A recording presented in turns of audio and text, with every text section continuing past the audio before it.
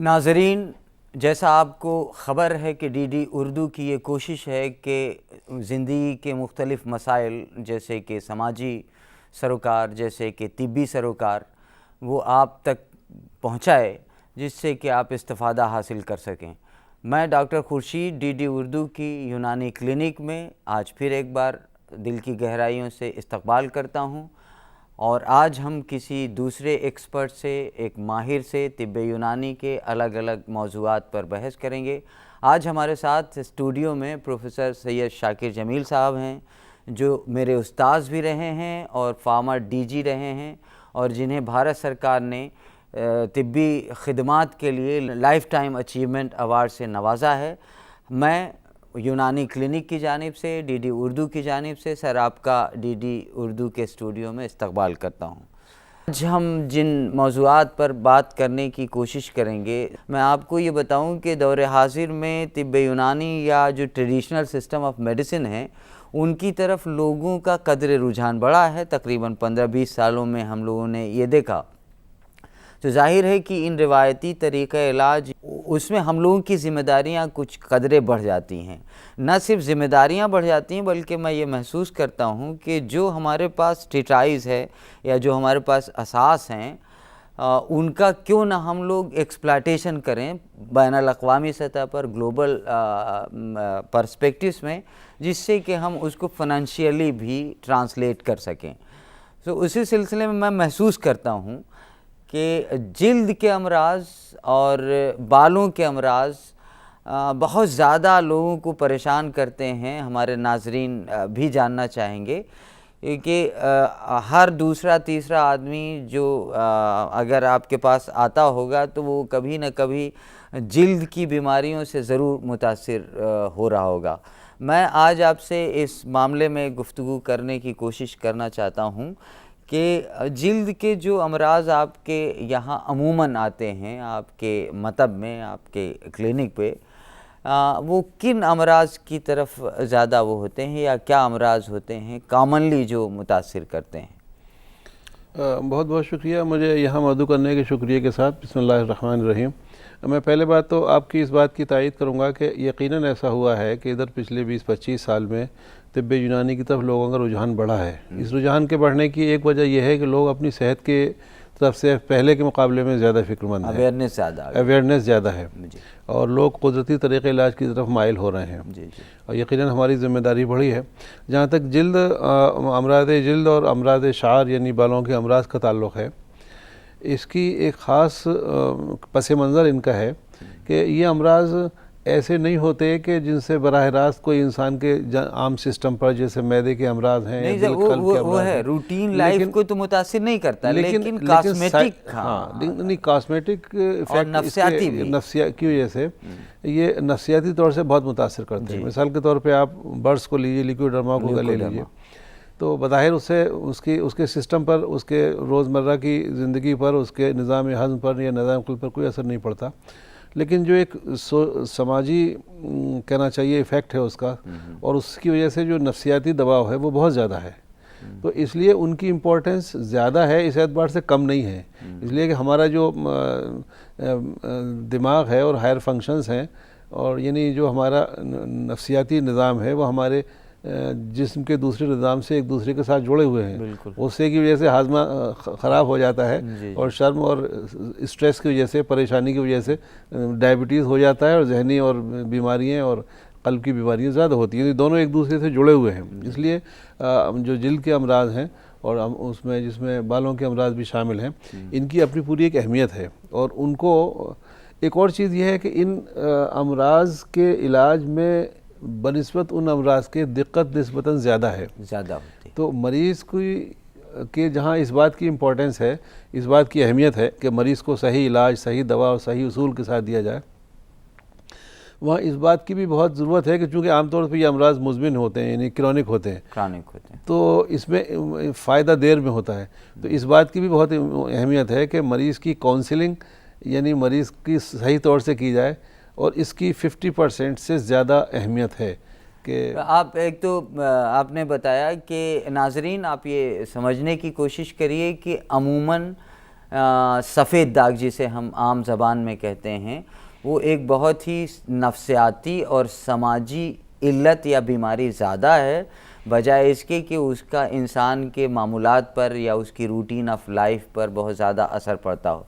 दूसरे कौन से अमराज होते हैं सर जो ज़्यादा मरीज़ों को आपके पास लेके आते हैं? एक तो ल्यूकोडर्मा या बर्स हो गया जी, दूसरे अमराज जैसे इस वक्त ये जिसको आप कहते हैं क़ुबा, हाँ, ये क़ुबा, इसके अमराज यहाँ दिल्ली में ख़ास तौर से गर्मी के मौसम में और बरसात के मौसम में। इसे इस्तिलाह में सर ट्रांसलेट करते हैं क़ुबा, अंग्रेज़ी इस्तिलाह जो जितनी फंगल इन्फेक्शन से होती हैं, टीनिया जिसको आप कहते हैं, मुख्तलिफ मकामात के एतबार से भी उसके नाम होते हैं, तो या रिंग वॉर्म बाज़ दफ़ा उसको कहा जाता है।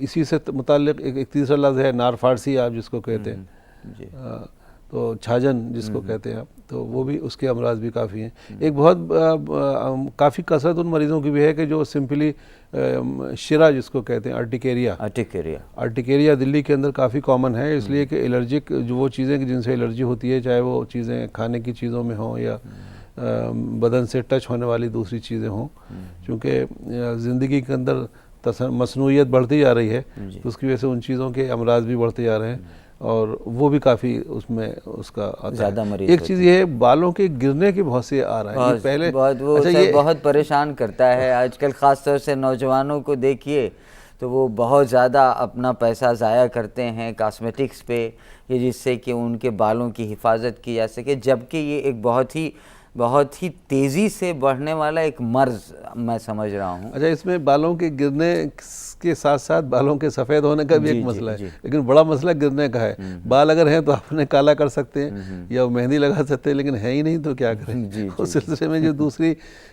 तदाबीर सर्जिकल जो उसकी सॉल्यूशंस हैं वो हैं, लेकिन बहुत ज़्यादा कामयाब नहीं हैं, एक्सपेंसिव भी हैं, यानी उन पर कॉस्ट भी अच्छी खासी आती है। तो ये अमराज ख़ास तौर से बालों वाले अमराज बहुत आते हैं। अच्छा, इनमें एक बड़ी लतीफ़े की बात यह है बालों के अमराज के मरीज़ में कि उसके अंदर ख़ुद भी बड़ा सब्र ज़ब्त होता है। वो चूँकि काफ़ी ज़मानों तक इलाज कर सकता है, वो कर सकता है ये उसका असल में सोशल जो इम्पैक्ट है, समाजी जो ज़िंदगी पे असरात होते हैं, वो काफ़ी उसे परेशान करते हैं। तो बर्स की तफसीलात पे हम सर बाद में आते हैं, पहले हम नाजरीन के सामने ये चाहते हैं कि उनको कुछ इत्तला मिल जाए कि अगर हमारे पास अर्टिकेरिया या जो टीनिया आपने बताया, जो बहुत ही कॉमन है इन दिनों, चूँकि हमारी जो सोशल लाइफ है बहुत ज़्यादा कंजेस्टेड है, बस्तियां हमारी नैरो होती जा रही हैं, मकान में एक ही कमरे में कई लोग रहते हैं, तो भीड़ भाड़ वाले में कंटेजियस जो असरात हैं उनकी वजह से मर्ज़ फैलता है। तो क्या हमारे नाजरीन के पास तबीब के पास, यूनानी हकीम के पास जाने के अलावा भी क्या कोई ऐसे नुस्खा जात हैं या कोई घरेलू तदाबीर हैं जिनका इस्तेमाल अगर वो करें तो कुछ हद तक इफ़ाक़ा हो सके? कुछ हद तक नहीं, काफ़ी हद तक। वो एक तो ये सफाई का एहतमाम, और सफाई के एहतमाम के सिलसिले में बड़ी अजीब सी बात यह है कि आमतौर पे ये टीनिया जो मर्ज़ है ये होता है, तो इसमें बावजूद इसके कि बाज़ लोग गुस्ल भी करते हैं रोज़ाना और मुँह हाथ धोते हैं और बहुत कुछ भी होता है, लेकिन उसके बावजूद भी होता है, तो उसकी एक वजह ये भी होती है कि सफाई इस तरह से की जाए और कपड़ों को भी, यानी जिस वक्त सफाई के बाद सारे कपड़े दोबारा पहने जाएं और उसमें कॉटन के कपड़े ज़्यादा पहने जाएं और ढीले कपड़े ज़्यादा पहने जाएं, ये आमतौर पे, वरना इसलिए कि आमतौर पे जो सर में होता है या कुंजरान में होता है या बगल में होता है, तो उसकी एक वजह यह है कि आप सफाई कर रहे हैं, लेकिन उसके साथ साथ पसीने की अगर वहाँ ज़्यादती होगी तो उसकी वजह से ये चीज़ यानी ये और ज़्यादा ये उसके लिए प्रीडिस्पोज करेगा, उसके लिए मददगार साबित होगा।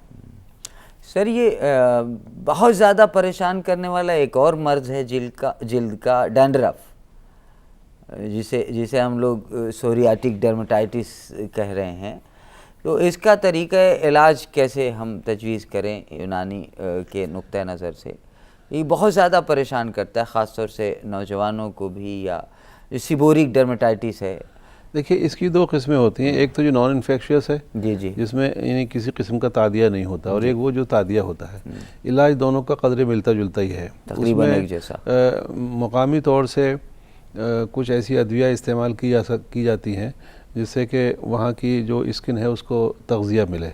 दूसरे ये कि ऐसी अद्विया इस्तेमाल की जाती हैं कि जो वहाँ पर अगर तादिया है यानी इन्फेक्शन है तो उस इन्फेक्शन को किया जाए। तो उसके लिए मुकामी ऐसी अद्विया हैं, ख़ास तौर से अब हमने शैम्पू की शक्ल में, आपने इत्तेफाक से ऐसी चीज़ पर क्वेश्चन किया कि रिसेंटली हमने एक जो यूनानी का एक प्रोडक्ट है उस प्रोडक्ट को शैम्पू में कन्वर्ट किया। अभी वो स्टडी की स्टेज पर है, यानी उस पर वर्क चल रहा है, रिसर्च वर्क उस पर चल रहा है। उस रिसर्च वर्क में जो चीज़ सामने आई है वो ये है कि जिस दवा हमने उस यूनानी प्रोडक्ट को जो पाउडर की शक्ल में था उसको कन्वर्ट किया शैम्पू की शक्ल में। तो इफ़ेक्ट तो पाउडर वाले फॉर्म का भी अच्छा है, हमने जो शैम्पू की शक्ल में उसको कन्वर्ट किया इसमें भी अच्छा है।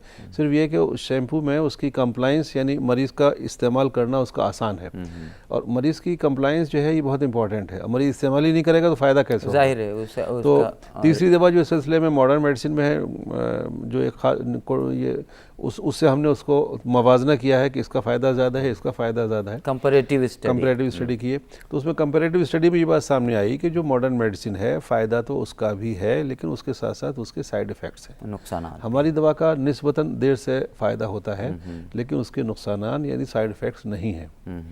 ये सारी बात जो है ये डैंड्रफ के बारे में हो रही थी, और इसमें हमने उस दवा का 4 हफ्ते से लेकर 6 हफ्ते तक इस्तेमाल से काफ़ी हद तक फ़ायदा उसमें होता है। जो स्केलिंग डर्मेटाइटिस है जिसे हम लोग डैंड्रफ कह रहे हैं, सीबोरिक डर्मेटाइटिस, उससे बाल भी गिरते हैं, तो क्या आप उसकी असल प्रॉब्लम ये है, खाली अगर बाल ना गिरे तो खाली वो भूसी चढ़ती रहे तो उससे कोई ज़्यादा परेशानी, तो क्या बालों के इस सिलसिले में ये है कि अगर आप इसका डैंड्रफ का इस्तेमाल करें जिसको आप तो डैंड्रफ के इलाज की वजह से बालों का इलाज भी हो जाता है इनडायरेक्टली। मतलब इनडायरेक्टली हम लोग कर तो रहे हैं डैंड्रफ का ट्रीटमेंट, लेकिन बालों का गिरना जो बाल्डिंग है, बल्कि इस सिलसिले में बड़ी ये बात बड़ी पुरलुत्फ है कि हमने जो रिसर्च अभी जिसका मैंने आपसे तस्करा किया वो डैंड्रफ के लिए शुरू की थी, उसका जो आउटकम है वो ये है कि डैंड्रफ तो होता ही है, बालों पर ज़्यादा इसका असर होता है। ऐसा होता है कि आग लेने को जाएं पैगंबरी मिल जाए। नाजरीन देखिए कि बालों का गिरना और फंगल इन्फेक्शन ये बहुत ही आम से अमराज हैं जो आपको परेशान कर सकते हैं या किसी को भी परेशान कर सकते हैं। मायूसी की ज़रूरत नहीं है, कुदरत ने आपको बहुत सारे ऐसे ख़जाने दे रखे हैं जिनका आप अगर इस्तेमाल ज़रा सा एहतियात से कर लें तो ऐसा नहीं है कि आप इन परेशानियों से आज़ादी ना हासिल कर सकें। लेकिन ये ज़रूरी है कि जब भी आप इस तरह के किसी मर्ज़ में मुब्तला हों तो किसी माहिर तिब के पास ज़रूर जाएं, उनसे रुजू करें और उनके मशवरों के बाद ही कोई इलाज या कोई तरीक़ा इलाज तलाश करें। सर, अब मैं थोड़ा तफसील से ये जानना चाहूँगा, आप फार्मर डायरेक्टर जनरल रहे गवर्नमेंट ऑफ इंडिया की एक तंजीम जो तहक़ीक़ बराए यूनानी है, उसमें आपके यहाँ मैं महसूस करता हूँ कि ज़मानों से बर्स पे काफ़ी काम हो रहा है, ल्यूकोडर्मा पे काफ़ी बेहतरीन नताइज हैं। तो आप बहैसियत एक डायरेक्टर जनरल के और एक क्लिनिशियन के और एक एकेडमिशियन के, आप क्या हमारे नाजरीन को ये बताएंगे कि बर्स क्या है, उसकी पेचीदगियाँ क्या हैं और उसके लिए तिब्ब यूनानी में कितनी ज़्यादा फ़ायदे की सूरतें मिल सकती हैं हमें? देखिए, बर्स जिस्म के यानी लौन से मुतालिक यानी रंग से मुतालिक एक मर्ज़ है। हमारे यहाँ इसके असबाब के अंदर सूए मिजाज बलगम यानी बलगम का सूए मिजाज, बलगमी मिजाज का बिगड़ जाना जिसकी वजह से जिल्द की रंगत, जिल्द के ऊपर सफ़ेद दाग हो जाते हैं, ये उसके सबब है। उसके अलावा जो उसका मेलानिन डिफिशिएंसी वो एक रिमोट कॉज है जो डायरेक्टली उसका कोई इफ़ेक्ट बहुत ज़्यादा नहीं मिलता है। यानी दूसरे अल्फाज में आप ये कह सकते हैं कि जो ल्यूकोडर्मा के पेशेंट्स हैं उनका आप सीरम मेलानिन अगर टेस्ट करें तो मेजॉरिटी ऑफ केस ऐसी होती है कि उनकी सीरम मेलानिन नॉर्मल होती है। यहीं पे एक और मुदाखलत करूँगा, हर सफ़ेद दाग बर्स हो सकता है या सफ़ेद दाग किसी और मर्ज़ की वजह से हो सकता है? जो किसी और मर्ज की वजह से होता है वो क्रॉनिक इतना नहीं होता। अच्छा, देखिए सफ़ेद दाग तो बर्न्स के यानी जलने के नतीजे में भी हो सकता है, जी जी जी। सफ़ेद दाग किसी ट्रॉमा के नतीजे में भी हो सकता है। लेकिन आमतौर पे जिसको हम बर्स कहते हैं वो बर्स है कि जो जिस्म की रंगत बगैर उसका कॉज एज सच इडियोपैथिक है, यानी हम ये नहीं कह सकते कि जो फाइनल कॉज इसका ये है। यूनानी नुक्ते नज़र से ये उन लोगों में होता है जिनके मिजाज के अंदर बलगमियत का गलबा होता है और सूए मिजाज उनका की वजह से उनको ये होता है। मैं इसलिए ये सवाल कर रहा हूँ सर कि जुज़ाम में या लेप्रोसी में भी वाइट पैच आता है बॉडी पे, और ल्यूकोडर्मा में भी वाइट पैच आ रहा है।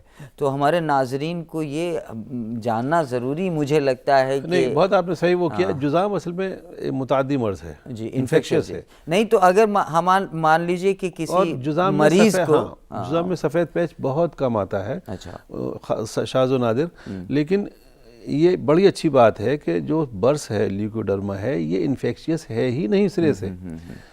ये हमारी ये भी एक सोशल स्टिग्मा है, समाजी तौर से इसका ये मामला है कि बर्स के मरीज से लोग थोड़ा सा दूर रहते हैं। हालांकि मैं अपने मरीज़ों, मेरे पास जब मरीज़ आते हैं उनके मरीज़ को जो सफ़ेद दाग पर मैं अपना हाथ यूं करके लगाता हूं, उसका हाथ पकड़ता हूं, उससे मरीज़ को बड़ा तसल्ली मिलती है। लेकिन जो मेरे स्टूडेंट्स हैं वो शायद उनको भी ये फील होता है कि इसको बर्स के मरीज़ को छूने से ये मर्ज़ हमें लग जाएगा।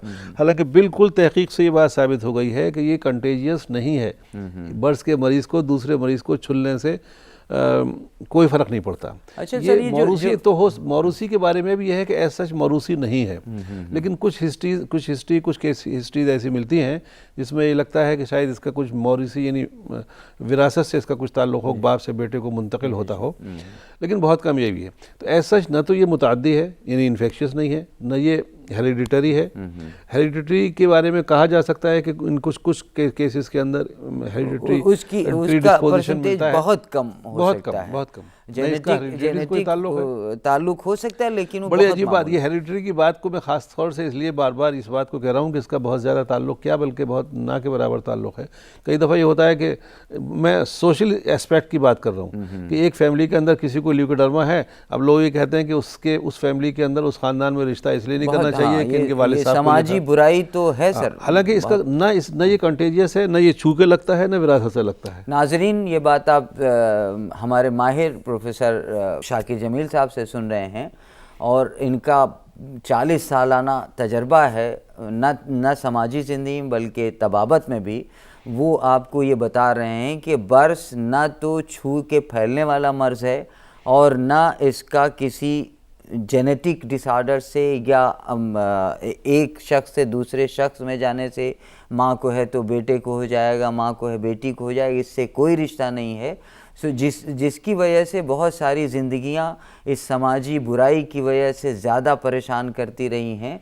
सो आप कोशिश करिए कि बर्स के मरीज़ों के साथ इस तरह के छुआछूत या भेदभाव का इजहार न करें। सर, मैं ये और जानना चाह रहा था तफसील में कि बर्स में कई बार तो जो पैचेस हैं वाइट, वो एक जगह हो जाते हैं, कई बार पूरे जिस्म वो सफ़ेद रंग का हो जाता है। तो इनमें से किन सूरतों में तिब्बे यूनानी और कितना फ़ायदा कर सकती है? देखिए, बर्स का क्लासिफिकेशन उसकी दर्जेबंदी मुख्तलिफ एतबार से की गई है जी। मेरे ख्याल से नाजरीन के नुक्ते से उस क्लासिफिकेशन की तफसील में जाना तो मुनासिब नहीं है। तिब्बे यूनानी में उन सारी किस्मों का इलाज है, मुमकिन है, और इलाज के सिलसिले में इस सिलसिले में बहुत ज़्यादा सेंट्रल काउंसिल ऑफ रिसर्च यूनानी मेडिसिन जिसका आपने अभी तज़किरा किया, जिसका मेरे से ताल्लुक़ रहा है, उसका बड़ा काम है। बल्कि ये कहा जा सकता है कि मरकज़ी जो हमारी CCRUM है, जो मरकज़ी बॉडी है यूनानी में तहक़ीक़ की, वो इसके लिए जानी जाती है। हैदराबाद में उनको, आपको सुन के ताज्जुब भी होगा और ख़ुशी भी होगी कि हैदराबाद के उनके हॉस्पिटल के अंदर न सिर्फ हिंदुस्तान की मुख्तलिफ़ रियासतों के बल्कि गैर मुल्कों के मरीज़ भी उनके हॉस्पिटल में एडमिट रहते हैं और काफ़ी लंबे अरसे तक एडमिट रहते हैं। उन्होंने इस सिलसिले की मुख्तलिफ़ अक़साम के ऊपर अलग अलग तजर्बात भी किए हैं, रिसर्च उस पर भी की है। उस सिलसिले में उनकी मतबूआत भी हैं, इन्हीं पब्लिकेशंस भी उनके उस सिलसिले में हैं। लेकिन वो सारी अक़साम जो हैं उनका जो एक जिसको कहते हैं कि इलाज कदरे मिलता जुलता ही है, यानी हम कुछ दवाएं खाने के लिए देते हैं और कुछ दवाएं लगाने के लिए देते हैं, और उन तकरीबन उन सारी किस्मों में कमोबेश उनको सन एक्सपोज करते हैं। किसी किसी में ऐसा भी है कि सन एक्सपोज नहीं करते उसको, लेकिन ज़्यादातर जो उसके हमारे नुस्खे जात हैं उनमें सन को एक्सपोज करने के लिए कहते हैं, इसलिए कि सूरज की किरणों के साथ उस दवा का असर जो है और उसका जो इफ़ेक्ट स्किन के ऊपर आता है, एब्जॉर्प्शन है उसका बहुत ज़्यादा बढ़ जाता है। अच्छा, इसमें जो प्रोग्रेस है मरीज़ की पेशरफ्त है वो अलग अलग मरीज़ों में अलग अलग होती है। किसी के अंदर चंद हफ्ते के बल्कि चंद महीने के इलाज से ही सफ़ेद की जगह रेड पैच आ जाता है, लेकिन किसी के ऊपर ये भी होता है कि उसमें के इलाज में महीने लग जाते हैं। कभी कभी ऐसा होता है कि एक दफ़ा पैच आ गया, यानी स्किन के कलर के एतबार से आ गया वो, लेकिन दोबारा से फिर बढ़ने लग जाता है। तो ये जिसको कहते हैं कि फ्लक्चुएशंस भी रहते हैं, उसमें एक्सर्बेशंस भी होते हैं और फ्लक्चुएशंस भी होते हैं। सो नाजरीन, जैसा अभी सर ने बताया कि हैदराबाद में गवर्नमेंट ऑफ इंडिया का एक यूनिट है जो यूनानी दुनिया में तहकीक में शामिल है। वहाँ पर बर्स के मरीज़ों का कुल्ली इलाज करने का एक बहुत बड़ा सेटअप है, जहाँ पे कसीर तादाद मरीज़ों की है। अगर आपके किसी जानने वाले को या किसी को इस तरह की परेशानी है, आप ये मशवरा दे सकते हैं कि वहाँ जाएं। और हाँ, ये सब्र आज़मा इलाज ज़रूर है। मैं ज़रूर नाजरीन से ये कहूँगा कि जब भी इस तरह के मरीज़ों का इलाज किया जाता है तो मरीज़ को थोड़ा सा सब्र रखने की ज़रूरत ज़रूर होती है, वरना अगर आप कुछ दिनों में या कुछ हफ्तों में चाहते हैं कि सफ़ेद दाग के निशान चले जाएं, तो वो थोड़ा सा दुश्वार होगा। मैं नामुमकिन तो नहीं कह सकता, दुश्वार है, लेकिन ये इत्मीनान ज़रूर रखिए कि सफ़ेद दाग जो एक समाजी बुराई ज़्यादा है बजाय कि जिस्मानी बीमारी के, उसका इलाज मुमकिन है। तो सर, आप हमारे नाजरीन को ये बताएं कि अगर वो हैदराबाद या किसी ऐसे सेंटर पे न जा सकें तो क्या कुछ मैं आपसे कहने वाला था। देखिए, एक तो इस सिलसिले में दो बातें हैं। एक तो ये हर वो यूनानी तबीब जो यूनानी मतलब करता है वो बर्स का इलाज कर सकता है। तो इसलिए ये उनके शहर में, उनके कस्बे में जहाँ भी कहीं कोई यूनानी तबीब हो वो उससे इलाज करा सकते हैं। दूसरे ये कि ख़ुद CCRUM के जो मरकज़ी तहक़ीक़ाती इदारा है तिब्ब यूनानी का, उसके हैदराबाद के अलावा सेंटर्स पे भी जो खुसूसी इलाज है वो ख़ुद दिल्ली के अंदर है, लखनऊ के अंदर है, अलीगढ़ में जहाँ जहाँ सेंटर्स हैं, तकरीबन सारे ही सेंटर्स पर उनके यूनिट्स में ये इलाज दस्तयाब है। तो यूनानी अतिब्बा से भी इलाज करा सकते हैं, उसके साथ साथ CCRUM के जो सेंटर्स हिंदुस्तान के मुख्तलिफ शहरों में उनमें भी जा सकते हैं। इसलिए ऐसा नहीं है कि उसके लिए हैदराबाद जाना ही ज़रूरी हो। नहीं, एक सर, मैं थोड़ा सा यहाँ क्रिटिकल एक सवाल है, तनकीद की नज़र से मैं देख रहा हूँ कि ज़्यादातर जो यूनानी फिजिशियंस हैं वो या तो मेट्रो सिटीज़ में हैं ज़्यादा या शहरों में हैं। छोटे देही इलाक़ों में वो यूनानी प्रैक्टिशनर्स की तादाद मुझे लगता है कि काफ़ी कम है। तो ऐसी जगहों पर जो हमारा मरीज़ है, क्या कुछ उसके पास ऐसे रिसोर्सेज हैं, वसाइल हैं या ऐसी अद्वियात उसके आसपास हैं जिनका वो इस्तेमाल कर सके, या अगर वो इस्तेमाल करे तो उससे इलाज में कुछ फ़ायदा हासिल करे? देखिए, आपका मुशाहिदा किसी हद तक ठीक है, लेकिन ये सूरत हाल अब तब्दील हो रही है, बदल रही है। एक बात तो ये। दूसरी बात ये है कि ज़रूरत ईजाद की माँ है। जी। पहले ज़रूरत पैदा होती है, बाद में उसका सॉल्यूशन होता है, बाद में उसका हल होता है।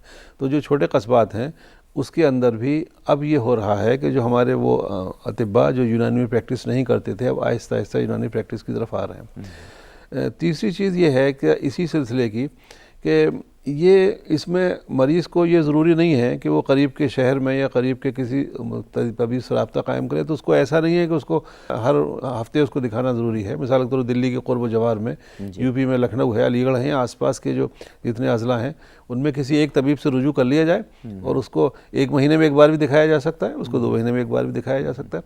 चूँकि लंबा चलने वाला इलाज है तो इसलिए ज़रूर नहीं कि वो मेरे घर के बिल्कुल ही करीब हो तभी मैं कर सकता हूँ। उसमें लंबे अरसे के उन अतिब्बा से जो क़ुर्ब जवार के शहरों में उनसे रुजू किया जा सकता है और इलाज कराया जा सकता है। नहीं, जो आप अद्वियात बता रहे हैं, मेरा सवाल असल में दूसरी मैं यहाँ पे थोड़ा सा आपसे ज़रा सा इख्तिलाफ करूँगा। देखिए, कम अज़ कम बर्स के बारे में चूँकि जो उसमें मुकामी लगाने की दवा दी जाती है, उससे कभी कभी छाले भी पड़ते हैं। दरअसल मेरा सवाल और वही वो था। छाले पड़ना ही उसकी इफादियत की अलामत भी है। वो लेकिन छाले न पड़ें तो वो जो नॉर्मल स्किन जैसा पैच नहीं आएगा, वो ज़रूरी है। लेकिन चूंकि उसमें उसके साथ उसके छाले पड़ना एक कॉम्प्लिकेशन भी हो सकती है, उस वक्त तबीब की निगरानी की ज़रूरत पड़ती है। तो मैं मशवरा दूंगा कि कम से कम बर्स के इलाज में तो किसी तबीब से ही रुजू करें। हाँ, मैं नाज़रीन को उसी सवाल के इसको पुदीने की चटनी न बनाएं कि खुद भी खा सकें। मैं उसी सवाल के तरफ ले जाना चाह रहा था कि आपके इर्द गिर्द ही बरस का इलाज करने की दवाएं हैं, उसके बावजूद आप बेहतर है कि किसी तबीब की निगरानी में रहें। जो भी बर्स के इलाज में अद्वियात शरीक हैं वो आपके आसपास पाई जाती हैं, उनका तस्करा मैं यहाँ नहीं करूँगा। लेकिन अगर किसी को बर्स या ल्यूकोडर्मा से कोई परेशानी है और वो इलाज करना चाहता है तो एक तो वो सब्र रखे और किसी यूनानी तबीब या वैद्य से रुजू करे, क्योंकि इलाज मुमकिन है। थोड़ा वक्त लगेगा लेकिन यकीन जानिए आपको इससे इफाका होगा। सो नाजरीन, आज हम अपने माहिर प्रोफेसर सैयद शाकिर जमील साहब की गुफ्तगू से इस्तिफ़ादा हासिल कर रहे थे, जिन्होंने हमें जिल्द के मुख्तलिफ़ अमराज खुसूसन बिलखुसूस बर्स या ल्यूकोडर्मा सफ़ेद दाग जिसे हम लोग कहते हैं, दूसरा है कि डैंड्रफ या सिबोरिक डर्मेटाइटिस या बालों के गिरने पर अपनी तजर्बात की रोशनी में हमें बहुत सारी मालूमात फराहम कर रहे थे। और डीडी उर्दू की जानिब से मैं प्रोफेसर सैयद शाकिर जमील साहब का, जो हमारे उस्ताद भी हैं, बहुत ही सीनियर प्रोफेसर हैं जामिया हमदर्द में, मैं डीडी उर्दू की जानिब से सर एक बार फिर आपका दिल की गहराइयों से शुक्रिया अदा करता हूं कि आपने वक्त हमारे लिए निकाला। और नाजरीन, इसी के साथ मैं डीडी उर्दू की जानिब से आपसे विदा चाहता हूं, इस उम्मीद के साथ कि अगले एपिसोड में हम किसी और माहिर यूनानी तिब से किसी और मौजू पर बहस करेंगे, बातचीत करेंगे, जिससे कि आप यूनानी तरीक़ा इलाज को एक साइंटिफिक पैराए में ज़रूर देख पाएँ और जहाँ जिस तिब की ज़रूरत हो उससे इस्तिफ़ादा हासिल कर लें। आदाब और बेहद शुक्रिया। Thank you very much.